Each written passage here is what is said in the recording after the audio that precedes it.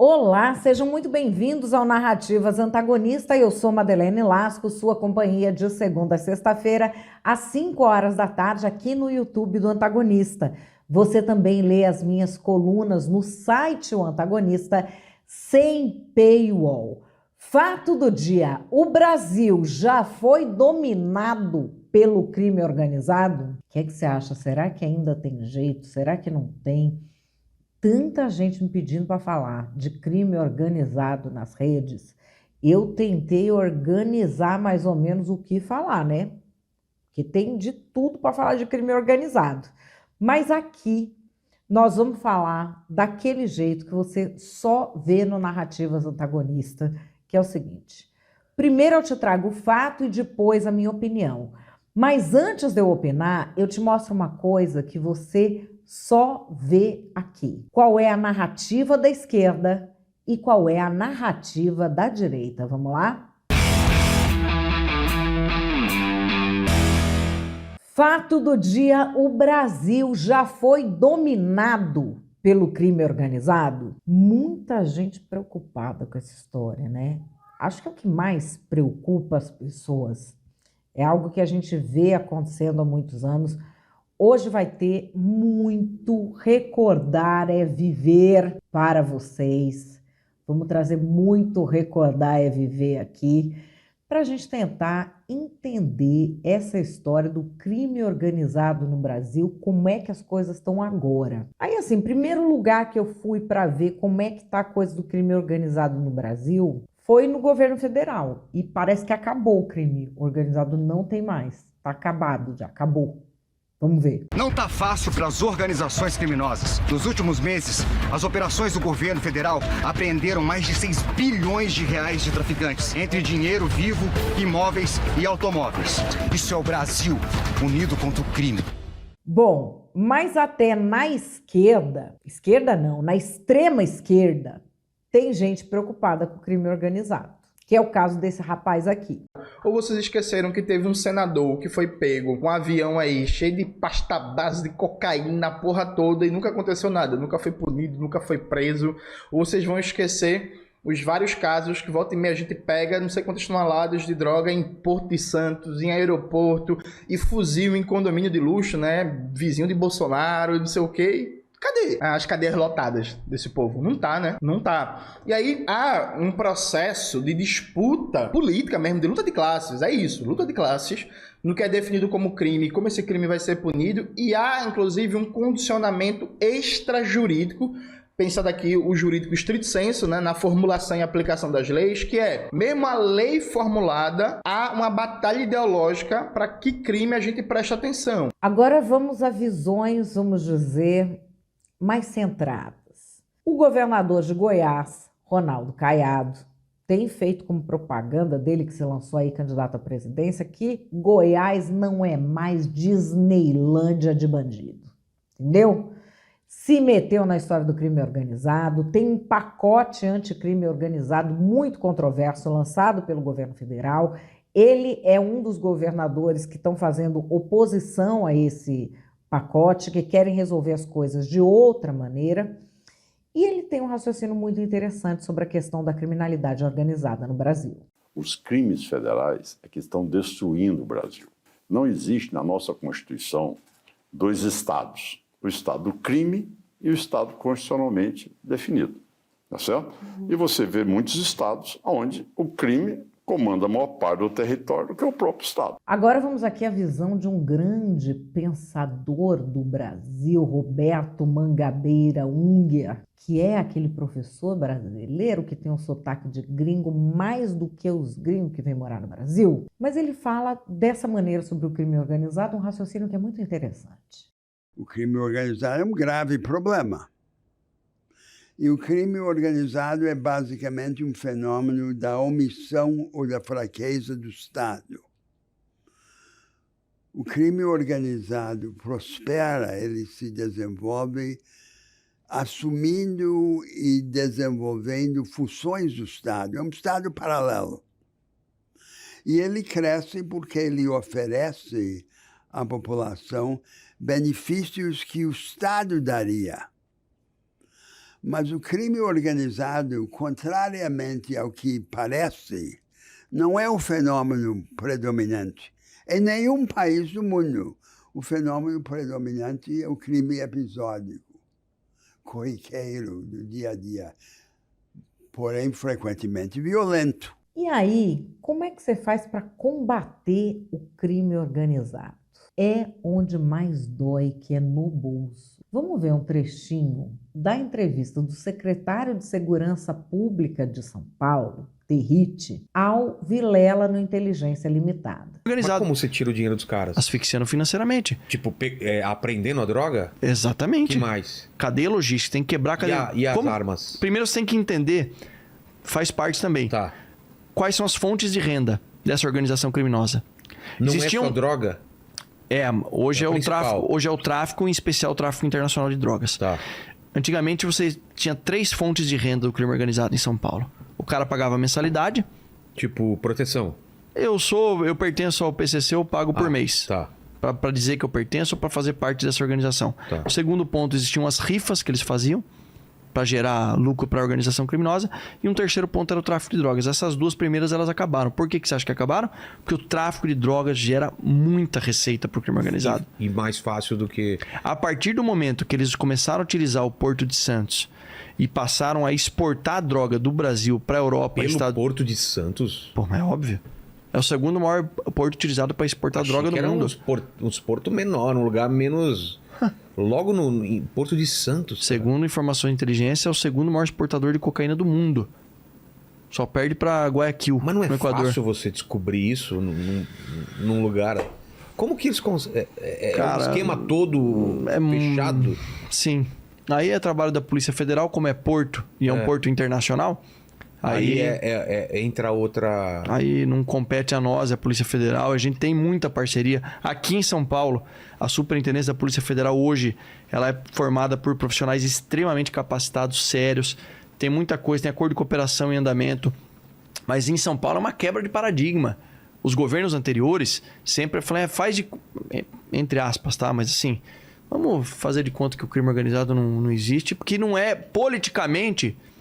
vai gerar um efeito colateral que às vezes pode ser negativo para quem é o tomador de decisão, para o governador em especial. Quando que foi que teve aqueles dias de terror lá? Lembra? Foi do PCC? Queimando ônibus, parando? 2006. E esses ataques de 2006 do PCC, gente, vai fazer 20 anos. Você teve coragem de sair às ruas aquele dia? Saí, porque eu fazia reportagem policial também, eu saí. Era um deserto, não tinha ninguém na rua. O pessoal explodiu base da polícia do lado da minha casa. Uma coisa, assim, assustadora, que ainda bem nós não tivemos repetição disso. Naquela época ainda não existia o site O Antagonista. Então eu fui num Recordar é Viver do Estadão. Os jornalistas que já estavam lá, porque o jornal já existia, eles fizeram um comentário ali de alguns minutos sobre o que foi isso do PCC. Porque antes desse 2006, até se falava em PCC, em crime organizado, mas a gente não estava levando muito a sério. Parecia que era uma coisa longe da vida do cidadão comum, entende? E nessa data aí, em 2006, nós vimos que não estava nada longe, não. Me lembro que era uma sexta-feira à tarde, quando... chegou aqui na redação as primeiras informações sobre rebelião de presos no interior. A gente teve a informação de que a cúpula do PC estava sendo transferida aqui para São Paulo. A Secretaria de Assuntos Penitenciários resolve, não sei porquê, transferir quase 700 presos para Presidente Venceslau. Na época, presídio considerado de segurança máxima. Assim que o Marcola, que é o líder do PCC, ele entrou no DEIC, algemado nos pés e nas mãos, minutos depois os ataques começaram. E um investigador chegou até um grupo, né, e disse, nossa, acabaram de matar um PM aqui perto, aqui na Zona Norte. Quando os ataques começaram, não se tinha uma dimensão exata daquilo que estava acontecendo. delegacias metralhadas, batalhões metralhados, investigadores atacados, agentes penitenciários mortos, e os ataques não paravam.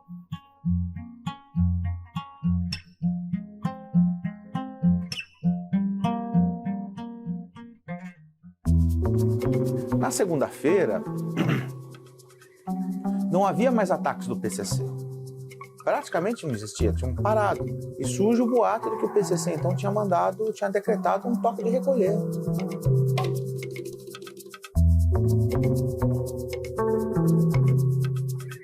Um dia em que a cidade de São Paulo se transformou numa cidade fantasma. Você não via mais as pessoas nas ruas, o clima de medo, de pânico na cidade se estabeleceu e todos voltaram para casa mais cedo. Quando eu saí com o helicóptero aqui do heliponto, parecia uma cidade fantasma.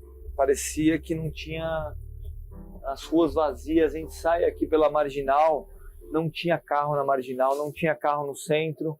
E nos dias subsequentes, o que a gente viu foi uma reação, vamos dizer assim. A polícia reagiu, né? Em poucos dias a polícia já havia matado mais de 100 pessoas. Isso na conta oficial, porque muito mais gente foi morta nesse período sem que a autoria fosse descoberta, em chacinas, em ataques pela periferia.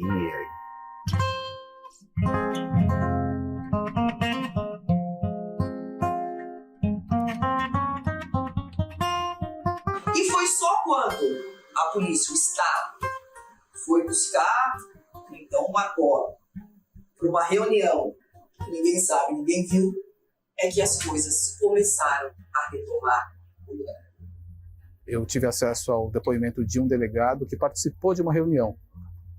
Ele, um representante da PM, um representante da Secretaria de Administração Penitenciária e mais a advogada do Marcola. Todos foram até o presídio de Presidente Bernardes, num avião da Polícia Militar, cedido pelo governo do Estado.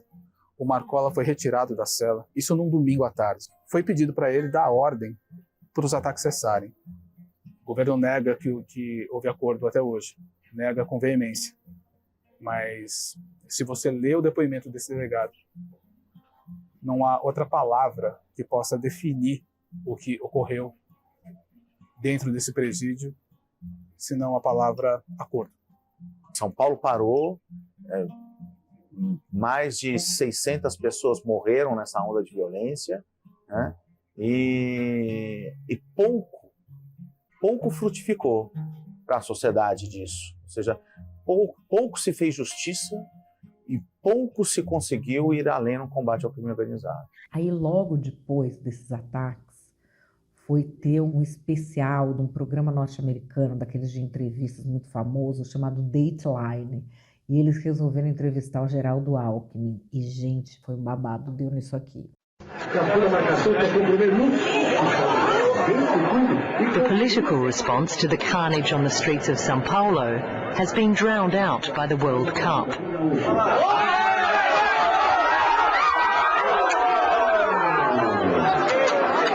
Geraldo Alckmin was the governor of São Paulo for 6 years and resigned a month before the violence began to run for president. Major Olimpio points the finger firmly at Alckmin for what he sees as years of neglect and mismanagement. Ele é dos grandes responsáveis, possivelmente o maior responsável, pelo descontrole do sistema prisional e pelo descontrole da segurança pública. Isso vai valer até o final do ano? Eu acho que está indo bem, eu acho que está caminhando. You were deputy governor for 6 years and then governor after that for another 6 years. Do you take some responsibility for the PCC gaining such strength? Why wasn't something done about that sooner? Não, São Paulo teve grande trabalho na questão da segurança pública. Tanto é que nós tivemos uma grande redução do número de crimes em São Paulo. The appearance of death squads was quite apparent in this week. At the moment, the Ombudsman says there's 69 cases of death by execution, masked men. Is this shocking to you? Are you surprised at this re-emergence of death squads? Esse é um assunto do governo do Estado de São Paulo. Era bom ouvir as autoridades do governo do Estado. Obrigado. Tchau, tchau. Bye, bye. Se eu soubesse que era isso, eu não tinha dado a entrevista. Porque não tem o menor sentido. Isso é um assunto do governo do Estado de São Paulo. Não, mas eles estão ouvindo. In fact, Dateline did fully inform Mr. Alckmin of the subject of the interview. Bye-bye. Someone needs to answer for this. No one is talking. Public security doesn't. Dateline also requested interviews with the head of public security and the police chief, but was turned down. Alckmin is fully responsible from a government point of view. He was not in power at that moment, but the whole situation that led up to that happened in his government, and most important, the Secretary of Public Security and the Secretary of the prison system were both men that he had indicated were his men.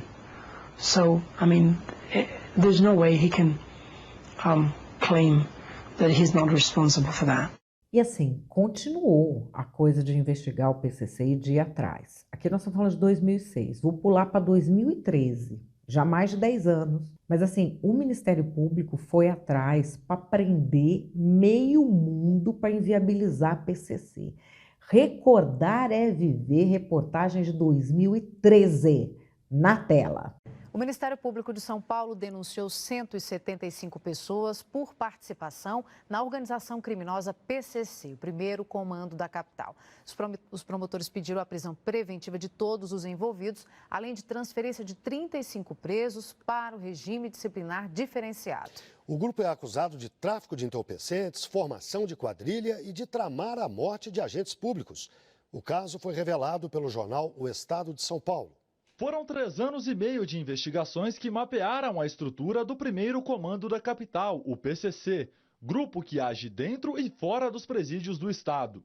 Em uma das escutas, o detento LH reclama do governador Geraldo Alckmin e ameaça matá-lo. Depois que o governador entrou aí, o bagulho ficou doido mesmo, cara. Você sabe tudo o que aconteceu, cara. Na época que nós decretou ele. Então tá hoje em dia secretário de Segurança Pública, secretário de Administração, comandante dos vermes, tudo contra nós.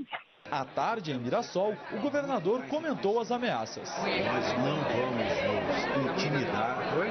Nosso dever é zelar pelo interesse público, lutar contra a criminalidade. Outra escuta mostra o líder da facção, Marco Williams Erbas Camacho, o Marcola, dizendo que é o PCC e não o Estado o responsável pela queda nos índices de criminalidade.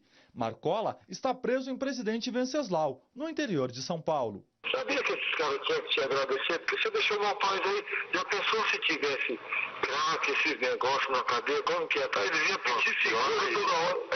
Ô, irmão, sabe o pior que é que hoje, 10 anos atrás, todo mundo matava todo mundo por nada. Então, tinha que deixar de um ano. Pra matar alguém, deu uma burocracia, quer dizer, os homicídios caíram não sei quantos por cento, aí eu vejo o governador chegar lá. Deixa eu só falar uma coisa pra você. As estatísticas aí, ó, tá falando que a criminalidade diminuiu em São Paulo, os homicídios caiu, mas não foi eles, foi o pessoal que causou isso, que diminuiu. A polícia outra coisa, que nem no caso, o crack. Eles não têm condições de parar o crack, mas tem alguém que consegue parar o crack. Nós paramos na prisão, ninguém usa. Então, de acordo com o jornal O Estado de São Paulo, que revelou os dados, o PCC tem 7.800 integrantes, sendo que 6.000 estão presos. Eles estão em 23 estados e no Distrito Federal, além de 2 países vizinhos, Bolívia e Paraguai. O grupo teria atuado, inclusive, na negociação entre traficantes rivais no Rio de Janeiro. Em 11 de setembro, o Ministério Público Estadual pediu a prisão de 175 pessoas e a transferência de 35 para o regime disciplinar diferenciado. O pedido foi negado pela Justiça, mas a promotoria recorreu. Foram 3 anos e meio de investigações que mapearam a estrutura do primeiro. Segundo o Tribunal de Justiça de São Paulo, as prisões foram negadas porque o pedido do Ministério Público foi considerado genérico. Além disso, a conduta de cada suspeito não foi suficientemente explicada. Aí, mais recentemente, a gente ficou sabendo da história do PCC planejar assassinato de autoridade. E uma delas foi quem? Sérgio Moro. E aqui, ó, o vídeo da Polícia Federal, já em 2023, Polícia Federal do Lula. Vocês verem que é uma coisa que atravessa, né? Polícia Federal indo atrás dos caras que estavam arquitetando o assassinato do Moro no dia da eleição. O senador Sérgio Moro comemora a condenação de 8 membros do PCC, que planejavam seu sequestro e assassinato, com penas de até 14 anos e 9 meses. A Operação Sequaz da Polícia Federal, deflagrada em março de 2023, desmantelou o plano criminoso após delação de um dos envolvidos. O líder do plano foi assassinado na penitenciária, mostrando a brutalidade do PCC e o combate ao crime organizado. E, gente, essa história é uma história, o Lula meio que tirou sarro do Moro na época, mas assim, até o Alexandre de Moraes ficou do lado do Moro, porque teve uma contestação de contas de campanha do Moro. Como assim Alexandre de Moraes ficou do lado do Moro? Ficou, que eu vou te contar e te mostrar aqui. Foram contestar as contas de campanha do Moro, falando que o gasto com segurança tinha que ser incluído no gasto da campanha dele, que não tinha que ser uma coisa do Estado. E, se pegasse por aí, podia ferrar com a vida do Moro. O que você achou que o Alexandre de Moraes ia fazer? Ah, vou ferrar o Moro. Não. O negócio do crime organizado é tão forte que o que o Alexandre de Moraes falou foi isso daqui. Todo o respeito ao que foi dito da tribuna, eu sei, como ex-secretário de Segurança, ex-ministro da Justiça, esse período turbulento em que o país viveu, eu sei o que é ser ameaçado pelo PCC, eu sei o que é ser ameaçado você e sua família de morte. Então dizer que a segurança para o ex-juiz, ex-ministro Sérgio Moro fazer campanha é um gasto de campanha, dizer que um carro blindado e segurança para que ele possa fazer, eu não diria nem com tranquilidade, porque isso não dá tranquilidade para você, mas dá tranquilidade para sua família, para sua mulher, para os seus filhos. Dizer que isso afeta o equilíbrio eleitoral. Quem vai votar numa pessoa porque ela chega de carro blindado? Quem vai votar numa pessoa porque ela precisa de segurança? E a coisa do crime organizado virou um tema do judiciário inteiro, inclusive do STF. E teve uma cena recentemente protagonizada pelo ministro Flávio Dino, em que ele foi aplaudido no plenário do STF ao falar de crime organizado. Tá parecendo, mas nem a Suprema Corte, né? Tá parecendo um programa de auditório, mas enfim, ele falou do tema dessa forma. Num julgamento anterior, mencionar que nessas distorções de percepção quanto ao crime organizado, a ideia é que isso se concentra nas áreas populares do Rio de Janeiro. E não é verdade. O que tem de principal no crime organizado no Rio de Janeiro não está nos bairros populares. Não está nos morros nem nas periferias. Na verdade, está no asfalto.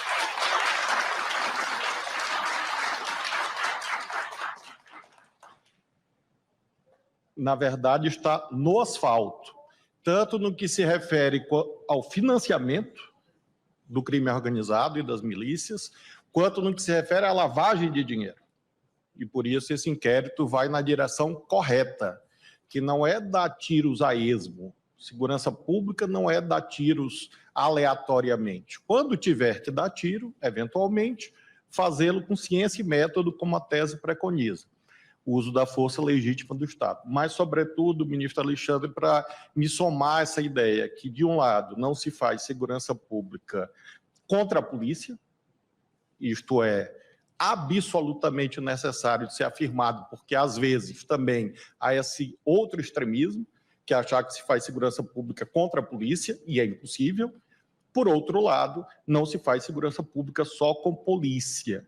E no caso do Rio de Janeiro, como Vossa Excelência diz, e eu finalizo, sem dúvida é um problema de larga dimensão política, como todo o Brasil sabe. Eu agradeço, Vossa Excelência, a generosidade da parte. Já o Deltan Dallagnol faz uma ponderação. Não dá para fazer essa separação de tá só no asfalto, tá só no não sei o quê. É claro que no asfalto, no meio dos ricos, dentro do aparelho de Estado, tem sim muita gente do crime organizado. Mas não é por isso que ele não está na favela também. Está aí um cara que não sabe o que fala. O STF mostrou sua total irresponsabilidade com a DPF 635, aquela que proibiu os policiais de subirem os morros da favela, usar helicópteros, por aí vai, desconhecendo a realidade do crime no Rio de Janeiro. Agora, Dino confirma a ignorância desses ministros. traficantes e facções se instalam sim nas favelas e oprimem a população pobre dessas comunidades.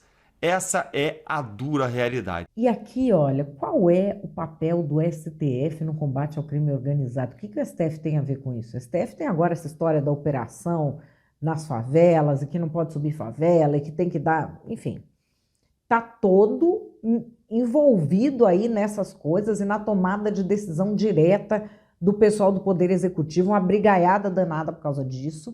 Mas nós vamos voltar a 2018. Ministro Luiz Roberto Barroso, num evento do Ministério Público de Santa Catarina. À época, olha o que ele defendia que fosse o papel do Supremo com relação a crime organizado.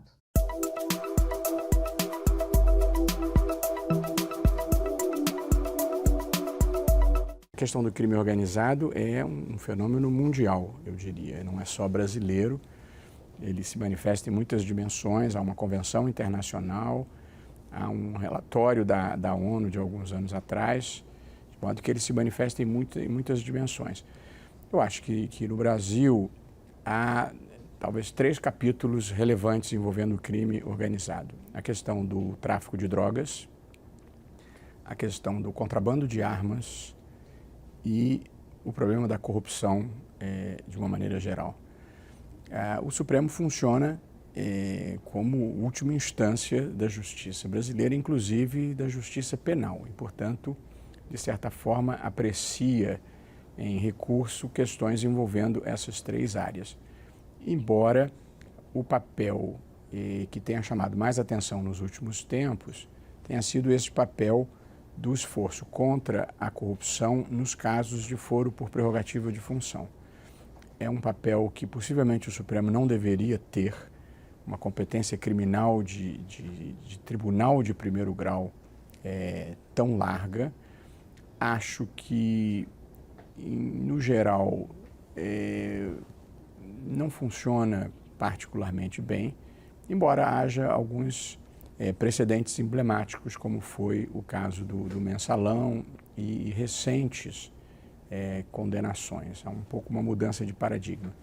Mas eu acho que o grande papel do Supremo é mandar as mensagens certas e tentar criar uma jurisprudência nacional. Acho que nós conseguimos fazer isso possibilitando a condenação depois do 2º grau, que eu considero decisiva na luta contra o crime organizado e contra a corrupção. E acho também que no caso das prisões preventivas, nas hipóteses de corruptos seriais, muitos deles com contas vultosas fora do Brasil, também acho que ela se impõe como medida de ordem pública. Há um debate grande no país que se manifesta no Supremo. Eu acho que há uma velha ordem saindo de cena e uma nova ordem querendo nascer, e o próprio Supremo reflete um pouco essa tensão. E aí é que vem a pergunta. Ainda tem salvação ou está tudo dominado? O Renan Santos, do MBL, tem uma visão de que a gente já está quase lá, quase um narco-estado. Polícia Rodoviária Federal cancela a parceria com polícias federais e ministérios públicos estaduais para combater o crime organizado. Diretor, blá blá blá blá blá, alega insegurança jurídica. Agentes de comprovação cedidos por outros órgãos terão de volta. Desce, que estranho. Te soa, Riso, não quero parecer bizarro, tá? Não nem li a matéria, eu li o título. Parece o que é uma iniciativa do governo federal para facilitar o trabalho do tráfico? Vamos ler. A Polícia Rodoviária Federal cancelou todos os acordos de cooperação técnica mantidos com os Ministérios Públicos Estaduais e com a Polícia Federal. Na prática, a decisão faz com que os agentes que trabalhavam em parceria com o grupo com o GAETO, com o Ministério Público, blá blá blá, tenham de retornar às suas unidades de origem. Em São Paulo, a parceria com o GAETO e com o PRF produziu operações policiais de relevância, como o Fim da Linha, que investigou a participação da facção criminosa PCC. Eu não quero acreditar que é isso. A TV Globo Oliveira explicou que a suspensão da cooperação se deve a uma provocação do Ministério da Justiça que observou fragilidade jurídica. Você observou fragilidade? Eu pensei que a fragilidade era uma fragilidade do tipo, a gente tá enfrentando o crime organizado e a gente precisa de mais equipamentos e tal. Não é. Ele achou que do ponto de vista jurídico era frágil. Não há na visão dos técnicos. Ai, caraca. Não há na visão dos técnicos do ministro da Segurança, Ricardo Lewandowski, segundo o diretor-geral da PRF, segurança jurídica suficiente para dar respaldo à continuidade da cooperação. E que se deverá buscar esse regramento mais adequado no futuro. Você tá querendo pensar para falar, mas eu posso falar antes, não posso? Fala, Riso. quem sugeriu que não tem, como que chama aqui? O respaldo jurídico, talvez tenha sido uma ONG? Ou não? Olha, cara, pode ser que uma ONG tenha dito, olha, né, a gente está violando direitos humanos, né? O que eu quero dizer assim, é muito curioso no momento do lançamento do programa Pena Justa. No momento que o trabalho de inteligência e coordenação entre forças diferentes tenha funcionado para debelar algumas ações envolvendo o PCC, é muito curioso e parece uma coincidência muito grande que o ministro Lewandowski, né, cujo ministério recebeu a ONG do PCC no final do ano passado, vamos dizer, diga que há problemas jurídicos nessa atuação conjunta, o que parece beneficiar, vamos dizer, de sobremaneira a atuação do crime organizado. Minha cunhada foi assaltada hoje. Sua cunhada foi assaltada hoje. Armados, com certeza faccionados, né? Vamos ser honestos. Uma coincidência, Renan. O cara falou assim, acho que foi o Fórum Brasileiro de Segurança. Às vezes, né, disse que foi uma decisão interna, né? Não citaram ainda uma ONG, não teve uma ação. Ainda de acordo com ele, a saída mais adequada para restabelecer as parcerias com o MP é a aprovação da PEC da segurança, cuja negociação e tramitação está travada no Congresso. O diretor-geral afirmou que vai marcar em breve uma reunião com o diretor-geral da PF, Andrei Passos, para tentar encontrar uma solução conjunta. Tá, pode descer. Acabou já. Amigos, o Brasil está virando um narco-estado. O Brasil está virando um narco-estado. E aí, recentemente, a gente teve na Câmara Municipal aqui de São Paulo um evento enorme que lançou um pacote de leis anticrime, mas que pega tudo, que ataca o crime diretamente, que ataca a questão cultural, que ataca trâmite de processo, ataca um monte de coisa. E tem lei para todo gosto, tem lei federal, tem lei estadual, tem lei municipal, parlamentares de tudo quanto é partido, se quiserem pegar lei desse pacote, apresentar o nome deles, na cidade deles, isso acontece também. É algo que começou aqui em São Paulo com a vereadora Amanda Vettorazzo e aquele projeto de lei anti-Oruan. Ela fez um evento na Câmara Municipal que foi lotado, e não era de MBL, não, nem do partido dela, não. Era de dentro e de fora, era um monte de gente do Brasil inteiro, de diversos partidos, focada nessa história de como combater o crime organizado. A gente perdeu a nossa liberdade de sair, a gente perdeu a nossa liberdade de andar no carro com o celular, a gente perdeu a nossa liberdade de levar o nosso filho na escola. E quando eu protocolei esse PL, ele tinha um caráter educativo, porque quando a gente pensa em crime organizado, em crime no geral, claro que a gente tem que combater com segurança, claro que a gente tem que combater com bala, mas não só com bala, a gente tem que combater também no imaginário das pessoas. Porque, infelizmente, o que eles fazem com os nossos jovens é isso. Esse projeto veio, eu pensei, no ano passado, até antes do mandato, porque tinha um menino do Parque de Taipas, que uma ONG lá que eu ajudo, que ele era muito ativo. E, de repente, esse menino parou de frequentar a ONG, parou de frequentar o contraturno. E aí eu perguntei para ele por quê. Ele, não, porque eu quero ser igual o MC Oruan. Eu falei, não conhecia. Eu falei, o que é? E aí eu coloquei no YouTube e tinha uma música do Comando Vermelho. O hino do Comando Vermelho. E é muita hipocrisia quando ele vai lá na Record e fala que ele não canta. E sim, ele canta. Eu falei, gente, os nossos jovens estão consumindo isso. E para quem vive ou é da periferia, sabe que eles ouvem esse tipo de música. E que aquilo entra no imaginário das nossas crianças e eles acham que aquilo é o certo. Que você ser do crime é o certo. Então, para além da segurança pública, que claro que a gente tem que ter políticas públicas, a gente tem que ter mais que isso, a gente tem que ir a fundo nesse problema. E foi exatamente aí onde deu origem ao PL anti-Oruan. E aí, os vereadores que me acompanharam aqui nessa jornada me deixaram muito mais calma. Minha mãe está ali presente. A minha Amanda, pelo amor de Deus, você vai mexer comigo. Obrigada, mãe, também, que comprou essa briga comigo, porque até minha mãe foi ameaçada pela mãe do Oruan.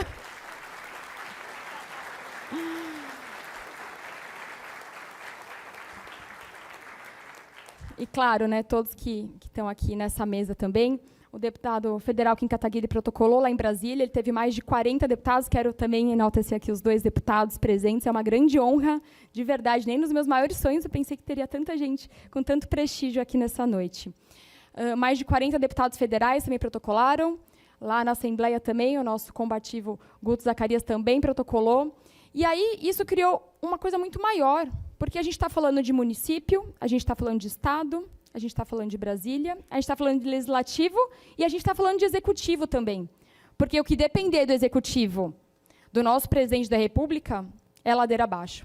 Realmente, quem deveria estar pensando nisso era o Lula, era o ministro Lewandowski. Mas o que eles fizeram nesse tempo todo? Fizeram alguma coisa? Eu te trago aqui um outro raciocínio do Rodrigo Pimentel sobre como o crime organizado se sustenta. O PCC estava montando uma empresa de logística em São Paulo para entregar produtos em periferia. Um preço mais caro do que o correio, mas a garantia de que o produto não ia ser roubado. Sabe? Então o produto vai chegar, mas vai custar 14%. Ou seja, é a migração do PCC de atividades verdadeiramente ilícitas, que é o assalto, para atividades na margem da lei. Uma empresa de logística que vai ser de um operador laranja do PCC, como um dono de um posto de gasolina do PCC, que é laranja também. Essa é a minha preocupação a respeito da evolução do crime organizado no Brasil. Daqui a pouco o PCC, CV, vai estar realizando suas atividades legais através de extorsão, construção de casas em terrenos ocupados, né, que pertencem à prefeitura, exploração de mototáxi. Efetivamente já está acontecendo isso. Eu não sei se você acompanhou recentemente, mas tem já um conflito enorme no estado do Ceará, acendeu uma luz vermelha total, do crime organizado dominar provedores de internet. Ele controlar a internet de um lugar também. Partir para... Ele não sai do crime, continua no crime, continua com a violência, mas também parte para outros negócios que são fundamentais para a sociedade. E aqui eu trago um diálogo do Rodrigo Pimentel, policial, você já deve conhecer aí, de um monte de podcast, entrevista que ele dá sempre, com um pesquisador sobre crime organizado, que tem um canal excelente no YouTube sobre crime, super responsável, super aprofundado, que é o Joel Paviotti. O PCC estava montando uma empresa de logística em São Paulo para entregar produtos em periferia. Um preço mais caro do que o correio, mas a garantia de que o produto não ia ser roubado. Sabe? Então o produto vai chegar, mas vai custar 14%. Ou seja, é a migração do PCC de atividades verdadeiramente ilícitas, que é o assalto, para atividades na margem da lei. Uma empresa de logística que vai ser de um operador laranja do PCC, como um dono de um posto de gasolina do PCC, que é laranja também. Essa é a minha preocupação a respeito da evolução do crime organizado no Brasil. Daqui a pouco o PCC, CV, vai estar realizando suas atividades legais através de extorsão, construção de casas em terrenos ocupados, né, que pertencem à prefeitura, exploração de mototáxi. Efetivamente já está acontecendo isso. E aí? O que é que você acha? Ainda tem jeito ou tá tudo dominado e a gente tá nas mãos do crime organizado? Qual é a sua opinião? Calma que antes de você achar, tem uma coisa que você sabe. Você só vê aqui a gente tirando sarro dos dois lados. Bora para as narrativas. A extrema-direita é sempre chegada num pânico moral. Então tá com essa história de narco-estado e já era o bandido bom é bandido morto, porque as facções criminosas mais elegem um miliciano. Milícia é muito pior do que tráfico de drogas, porque o tráfico, pelo menos, tem consciência social e ajuda a comunidade. A milícia é pior, eles botaram no poder quem? Um miliciano, que agora está inelegível, porque nós vivemos numa democracia. O governo Lula está combatendo o crime organizado, não está fazendo o que os fascistas nazistas querem, que é dar tiro em mãe de família, é fazer revista íntima, é dar tiro em estudante, é sair fazendo operação em comunidade e sair matando criança. Isso é o que a extrema-direita quer. O governo Lula não. Tem um plano de inteligência para acabar com o crime organizado e está prendendo, sim, os criminosos. Acontece que os governadores de extrema-direita estão tentando sabotar, mas não vão conseguir, porque isso aqui é uma democracia. E é para isso que eu fiz o L. Faz o L.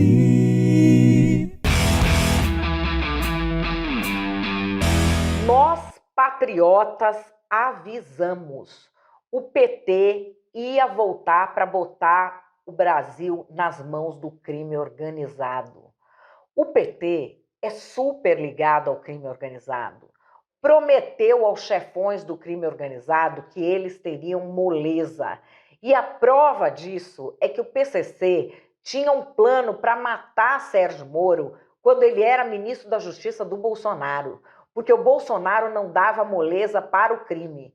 Depois, o Moro traiu o Bolsonaro e está aí, agora, na mão do PT, tendo que se agachar para o Xandão, com o rabinho entre as pernas. A direita nunca deu mole para bandido, é CPF cancelado.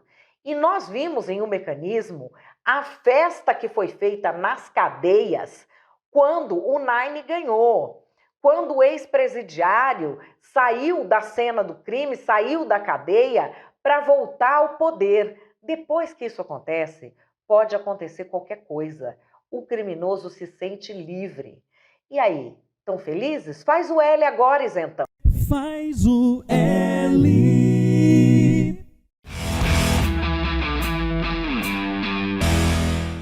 Qual é a minha opinião? A minha opinião é que a segurança se tornou definitivamente a principal preocupação do brasileiro. E as forças políticas que souberem apresentar soluções efetivas para isso vão se beneficiar no médio e no longo prazos. Existem forças políticas que estão afundadas nisso da polarização. Não discutem mais política, elas só discutem eleição e se esse é bom, se o meu é melhor que o seu, se o seu é ruim, se eu quero ser ante o seu, e aí entra no meio todes, entra no meio discussão de banheiro e coisa que ninguém está querendo saber dessa história e fica essa maluquice de gente gritando em rede social o dia inteiro, enquanto a preocupação principal do cidadão está sendo ignorada. A gente sabe que a economia está em frangalhos e as pessoas estão, sim, muito preocupadas. Só que a questão da segurança é uma questão que progressivamente está se tornando asfixiante. A gente não tem o direito de sair com... Você não pode sair com o seu celular na rua, você não pode usar um celular.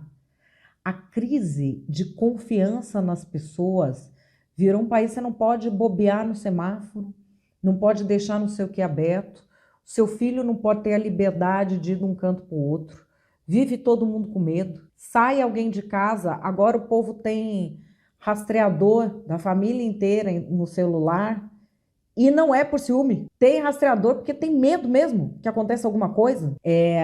Pai fica esperando filho hoje, olha que desgraça. Eu sou de uma geração que os pais ficavam esperando a gente acordado para ver duas coisas. Se a gente cumpria a regra e chegava no horário, se não chegasse era aquela que zumba. E se você tinha feito besteira, se tinha bebido escondido, se tinha fumado escondido, se tinha saído com o menino sem falar, se estava com o namoradinho e não tinha avisado da família. É para isso que os pais esperavam. Hoje quem tem filho adolescente sabe. A gente espera o filho porque a gente quer ter certeza que não aconteceu nada de ruim com a segurança dele. Olha que loucura. Se tava com amigo fazendo bobagem, bebendo escondido, já é o 2 do negócio. O 1 é se tá vivo, se não foi assaltado, se não deram um tiro, se não sumiram com essa criança. É uma loucura isso. A gente passou a viver num estado de alerta constante nas famílias comuns, que só estão levando o dia a dia. Nós não estamos falando aqui família de policial, família de juiz que lida com a área criminal. Não é nada disso. Nós estamos falando da família comum. Hoje isso está presente. Todo mundo conhece alguém que foi assaltado. Todo mundo conhece alguém que tem uma história. E os golpes do crime organizado ficando cada vez mais descarados. E a gente vendo crime organizado infiltrado e glamorizado na cultura, na música. O crime organizado sendo cantado por aí, filho de chefe de facção, fazendo música elogiando chefe de facção, elogiando facção e sendo entrevistado nas principais emissoras do país. Não, a gente sempre entrevistou... Verdade seja dita, a gente sempre entrevistou bandido. Eu já entrevistei muito bandido. Entrevistava quando era policial, até dentro da cela. Entrava para entrevistar. Mas entrevistando como bandido. Não entrevistava como Zé Coitado. Não entrevistava como grande influenciador cultural perseguide. E a gente está vendo, por exemplo, casos pontuais. A vereadora Amanda Vettorazzo aqui em São Paulo começou com essa história da lei anti-Oruan, que é para não pagar com dinheiro público shows que glamorizem ou que promovam condutas criminosas. Isso se espalhou pelo Brasil e agora tem um pacotão de leis assim nesse sentido. Enquanto isso, a gente tem uma ação do governo federal com o Ministério da Justiça muito reticente. Essa fusão do Ministério da Justiça com o da Segurança Pública tem prejudicado essa política. Uma tentativa de se meter muito no trabalho dos governadores de forma a restringir tudo que vai fazer, isso não pode, aquilo não pode. O judiciário entrando também nessa história e o cidadão muito preocupado. Porque o que a gente vê é traficante metido no crime organizado.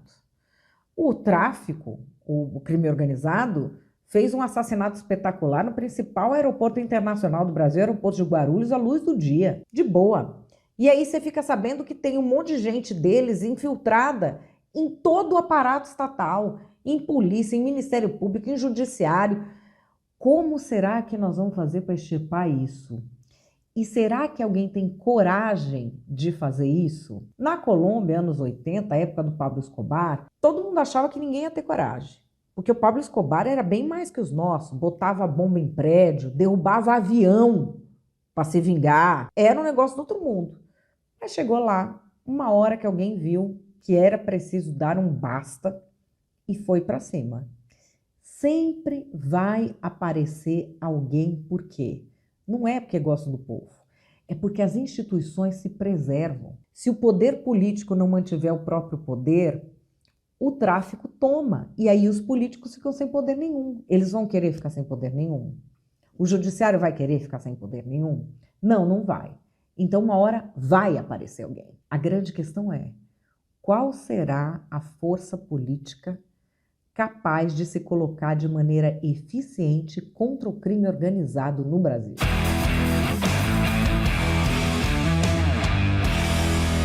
Bom, pessoal, é isso. Eu espero que vocês tenham gostado, que seja a reflexão que vocês estavam me pedindo nas redes sociais.